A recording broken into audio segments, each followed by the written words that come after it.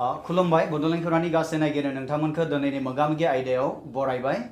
जोंनि बड'लेण्ड खौरांनि स्टुडिय'आव दोङो सासे आलासिखौ लिंहरदों आरो बिथाङानो जाहैबाय बयजोंबो सिनायजानाय हायनामुलि बादि बर'नि सावथुनफोराव फाव खालामनानै बिथाङा मुं आरजिनो हादों आरो बिथाङानो जाहैबाय मानगोनां फैला जे बरगयारी, जायखौ जों फैला होनबा बांसिन मोजाङै मोनथिगौ।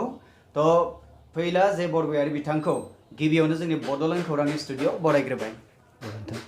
तो सार बिथांनिफ्राय जोङो गिबियावनो मोनथिनो नागिरगोन, सार बिथांनि जोनोमनि हिस्ट्रिनि बागै जोङो गिबियावनो मोनथिनो नागिरगोन।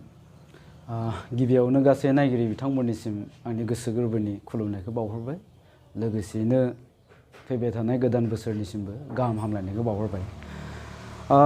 जोनोम होननानै बुंबा आङो 1977 नि माने 31 डिसेम्बराव जोनोम जादोंमोन गोदान बेदबारि गामि होननाय जायगायाव।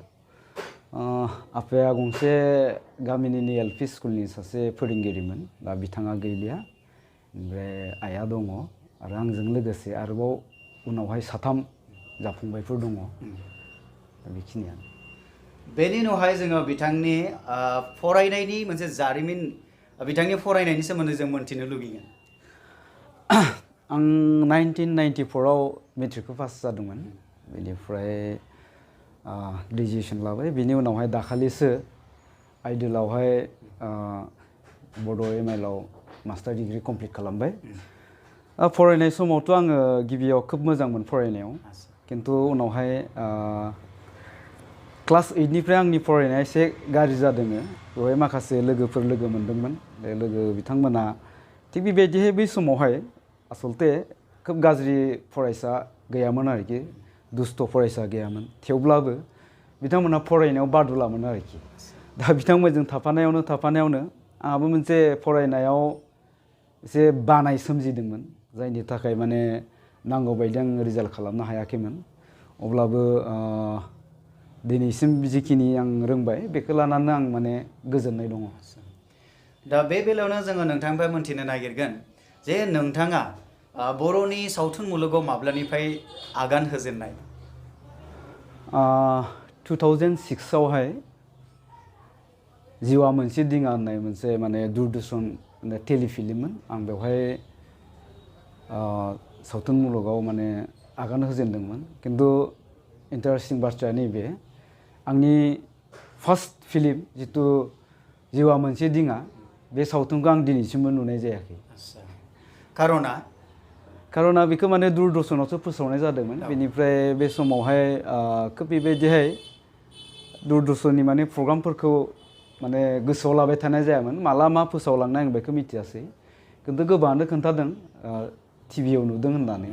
बेनिफ्राय बे दूरदर्शनावसो जिहेतु फोसावनाय जादोंमोन नालाय, बेनि सिडिखौ बे समावथ' सिडि नङामोन, माबामोन आरोखि, केसेट दंमोन आरोखि, रिल थानाय केसेटमोन। बेखौ जोङो मोनबोनाय जायाखिसै। बेबायदिनो सावथुनखौ दिनैसिमबो नुनाय जायाखै। थ' नोंथाङा बे सावथुन मुलुगाव फैनायनि आगोलनो नोंथाङा जे माबाफोर थांखि लाखादोंमोन नामा जे फिल्म मुलुगाव फैगोन होननानै? आंहा आंनि सायावनो ओरैबायदि मोनसे कनफिडेन्स दंमोन जे आङो माने मोजां एक्टिं खालामनो रोंगौ। बे कनफिडेन्सआ आंहा दंमोन। अदेबानि बै समावहाय आङो स्टेजफ्राव माने मोसायोमोन आरोखि, डेन्स खालामनाय जायोमोन। बेनिफ्राय मोनसे ओरैबायदि जुग फैदोंमोन, हाबा खारजोफ्राव मोसानाय आरोखि। दा बेफोराव खोब मोसायोमोन। दा बेफोराव मोसानायखौ नुनानै गोबांनिफ्रायनो बाख्नायनाय मोनदों।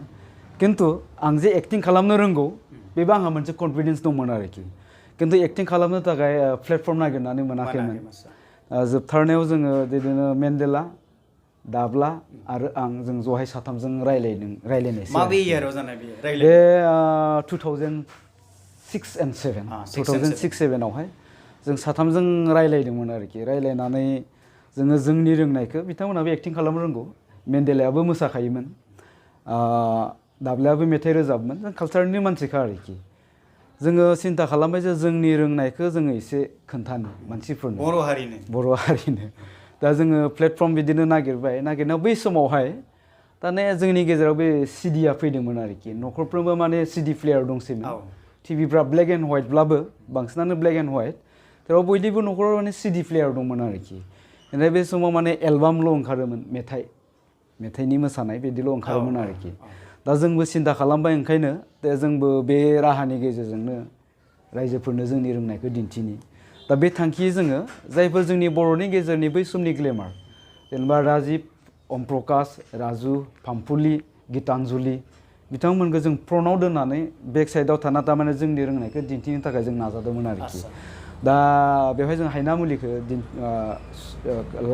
माबा खालामनो गोनां जादों हायनामुलि 1 मोन बेयो बे हायनामुलियाव जोङो खिन्थु बांसिन प्रिपारेसन मेथाइखौ होनाय जादोंमोन आरोखि दा बिदिनो राजिब मोननि मेथाइ गितानजुलि मोननि मेथाइ फामफुलि मोननि मेथाइ बेयाव थारमाने जों ओरैजाय मोनसे सिन्था खालामनोसै दे मेथाइ फैनायनि आगोल आगोल जोंनि माबा ड्रामा लानानै फैनि बे सिन्थाखौ खालामनानै जोङो बे हायनामुलि 1खौ खालामनाय जादोंमोन आरोखि दा बिदिनो गमायै माने बयनिबो अनसायनाय मोनदोंमोन अनसायनाय मोननानै गोबां सुबुंफ्रानो बुंबाय माने पार्ट 2 ओंखारदोंनो हायनामुलि बे खोथाया जोंनि खोमायाव हाबफैबाय आरोखि अब्ला जों सिन्था खालामदोङो होमबाथ' खोब मोजां मोनदों रायजोफ्रा जोंथ' पार्ट 2 खालामाखैनो पार्ट 2 ओंखारदों होननानै दावराव जादों माने रायजोफ्रा लुबैबावदों दा बेनिखायनो जों बिदिनो माने हायनामुलि पार्ट 2 खौबो खालामनाय जादों आरोखि बेनि उनाव हायनामुलि पार्ट 2 नि उनावहाय जोङो गोरोबै देंखो मोनसे बिदिनो माने 1.5 घन्टानि मोनसे आरो फिल्म बानायबावदोंमोन आरोखि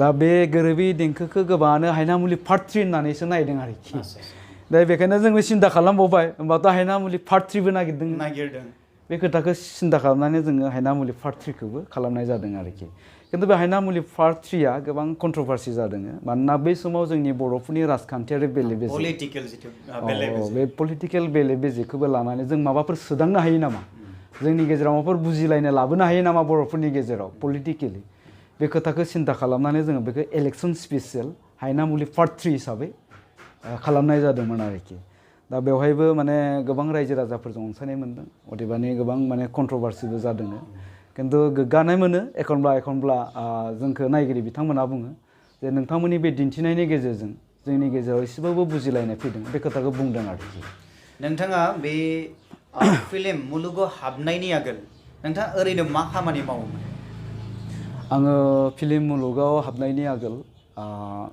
जोंनि सिजौ एकाडेमि बे सिजौ एकाडेमि 2002 आव गायसनदोंमोन आं बेनि फाउन्डार प्रिन्सिपालमोन माने सासे फोरोंगिरिमोन आरोखि थामहिनबा नोंथांमोना जिथु फरायसालि गायसनबाय फरायसालियाव नोंथाङा नांथाबालासिनो फिल्म मुलुगाव फैनायनि बे जाहोना मा जागोन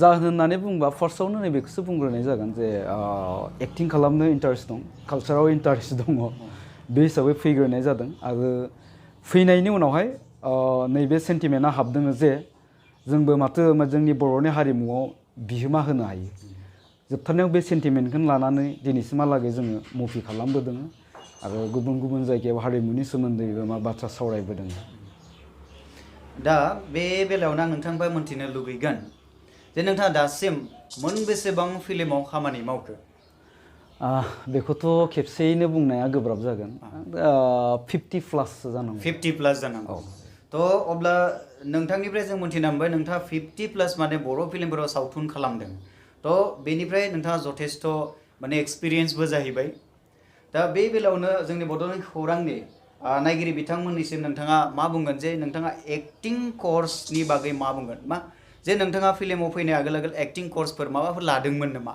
ना गावनो सेल्फ माने नाजानायनि गेजेरजों दिनैनि नैबे स्टेजखौ नोंथाङा मोननो हाखो एक्टिंनि कर्स होनोब्लाथाय जेबो लानाय जायाखै गावनि मोनसे सेल्फ कनफिडेन्स आरो इन्टारेस्ट थानायनि थाखायनो जोङो दिनैसिम बेखिनि सावथुनफ्राव एक्टिं खालामबोदों बेनिफ्राय निश्चय रायजो राजाफ्रा मोजां मोनदों जायनि थाखाय जों दिनैसिमबो एक्टिं खालामनो खाबु मोनबाय दङ दा बेखौनो बुंगोन खिन्थु दिनै समजों लोगोसे जोंनि गोदान जोलैफ्रा जोंनिफ्राय बहुत माने हाई क्वालिटिनि सोलोंनो हादों आरोखि माने लुबैयो आरोखि जोंनि मुभिफोरखौ बर'नि मुभिफोरखौ माने गुबुनजों समान फेरफाथिनो हानाय बेखिनि गोजौ थाखोनि सावथुन जोंनिफ्राय लुबैयो माथो बे जोंनिल' खोथा नंला जाहैबाय जेसेबां दिनै बर' सावथुन मुलुगजों नांथाबनानै दङ प्रडिउसारनिफ्राय लानानै डाइरेक्टर जाय बिथांमोना गुबुन गुबुन बिथिङाव सावथुननि बेलायाव खामानि मावबाय दङ बिथांमोननिफ्राय दिनैनि गोदान जोलैफ्रा माने साबसिननिफ्राय हामसिन लुबैदों खिन्थु दुखुनांथाव खोथाया नैबे जोंहा